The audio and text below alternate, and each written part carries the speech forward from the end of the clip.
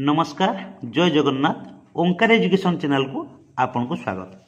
शिक्षक बंधु आउ मात्र 3 दिन रहिला निष्ठा ट्रेनिंग पंजीकरण करने निमंते दीक्षा कोर्सेस पोर्टाल रे आसंतु जानिबा संपूर्ण तथ्य। चिठी उपरे टिके नजर पकांतु। चिठीटी Odisha school education programme authority तरफ आसी। लेटर नंबर रही 5491 dated 14/5/2024 Shrimati Ananya Das state project director को तरफ क्या ऑल डीओकम डीपीसी समग्र शिक्षा ओडिशा। सब्जेक्ट कौन रही reason of first cycle of Nishtha courses training during the academic 2026-27 ये 2026-27 शिक्षावर्ष एक निष्ठा ट्रेनिंग हम जहाँफल समस्त शिक्षक शिक्षयित्री मैंने दीक्षा कोर्सेस आप्रे ये ट्रेनिंग टी नेबे से एनरोलमेंट करिवार एक समय सीमा धार करा जायतिला। देखंतु एनरोलमेंट स्टार्टिंग 21/4/2024 रु आरंभ हो जाइए। तार एनरोलमेंटर क्लोजिंग डेट रही 31/8/2024 अर्थात आउ मात्र 3 दिन आपण हाथ में रहा। एनरोलमेंट बा पंजीकरण करदेले आपण 15/9/2024 सुधा कोर्सेस ट्रेनिंग टी नहीं पारे समय आपन को मिल आउ विलंब करूँ ना आपण यथाशीघ्र जॉइन कर जातु। किपरि जॉइन करेंगे मु कहीदेवी।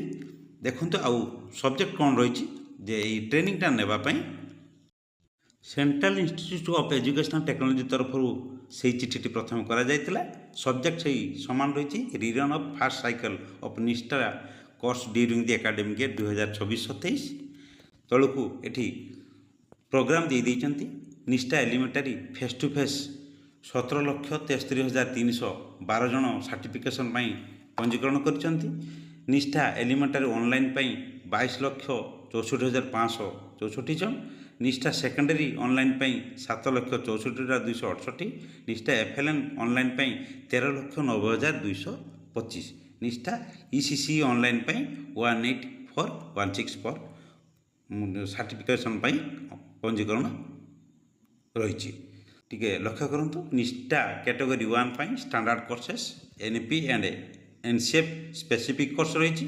निष्ठा category 2 proficiency course pedagogy and domain specific course रही।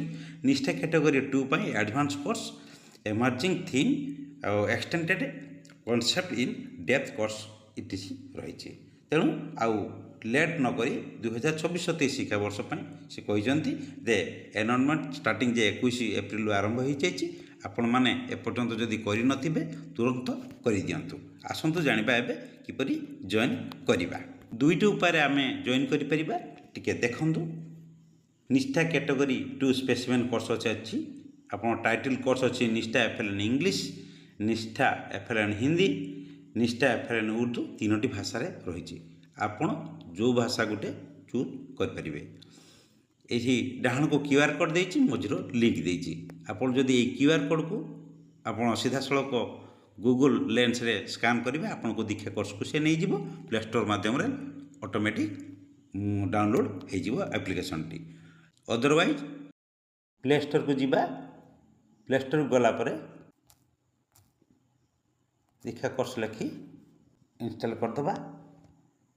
इंस्टॉल कर सारी ये दीक्षा कोर्सेस अच्छी ग्रीन कलर ताको ओपन करिबा। ये इंटरफेस गोटे आसीबो देखंतु। तापर कंटिन्यू करिबा। ये इंटरफेस आसीबो। ऊपर गोटे गोल आइकन अच्छी से गोल आइकन ले आप टच करी आपणकर नेम एड्रेस एवं स्कूल जहाँ डिटेल्स अच्छी टीचर्स प्रोफाइल टे आप अपडेट करदे। नेक्स्ट तलू आसबे माई लर्निंग ये कोर्सेस सब रही। माई लर्निंग रे जी कोर्सेस रही आप देखिए। माई लर्निंग रे तीनोटी भाषा आसीबो। गोटे निष्ठा एफएलएन इंग्लिश आउ गोटे उर्दू आउ गोटे हिंदी। मु निष्ठा एफएलएन इंग्लिश को चूज करी 55% कंप्लीट कर सारी। टिके देखिबा से मॉड्यूल उपरे क्लिक करिबा। निष्ठा एफएलएन इंग्लिश ये इंटरफेस आसीबो। मॉड्यूल गुड़िक तलकू तल ये 12टी मॉड्यूल देइछि। देखिबे प्रत्येक मॉड्यूल कंप्लीट कर सारे गोटे गोटे गोटे मॉड्यूल कंप्लीट कर सारे परवर्ती मॉड्यूल को जीवे। मॉड्यूल गुड़िकर देइथिबा वीडियो गुड़िक संपूर्ण देखा पड़ो। ताको स्किप करें ना किंतु ভিডিও গুড়িক স্পিড କରିପାରିବେ 5 ଗୁଣା পর্যন্ত স্পিড বଢ଼াই শীঘ্র ভিডিওটি ଆପଣ ଦେଖିପାରିବେ। এইভাবে মডেল গোটে গোটে ଆପଣ দেখি সারিবা পরে টিକ୍ ମାର୍କ ଆସିଯିବ କମ୍ପ୍ଲିଟ୍ କରିବେ ଗୋଟେ ଗୋଟେ। ପ୍ରତ୍ୟେକ ମଡ୍ୟୁଲ ଶେଷରେ ଗୋଟେ ଆସେସମେଣ୍ଟ ରହିଛି ସେ ଆସେସମେଣ୍ଟକୁ ଆପଣ क्वेश्चन आंसर 10टी क्वेश्चन सामना करेंगे। 10टी क्वेश्चन 7टी यदि ठीक हम 70% आंसर देले गोटे सर्टिफिकेट आसीबो। से असेसमेंट टी फेस करने पुनर्बार करने 3टी चांस रही देखिए। आशा करे आजर भिडियोटी आपण मानक इनफर्मेटिव मन हो।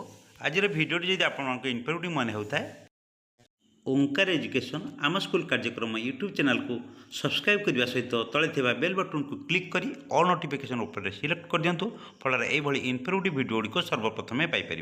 आज रोची पुणी देखा नेक्स्ट वीडियो। धन्यवाद।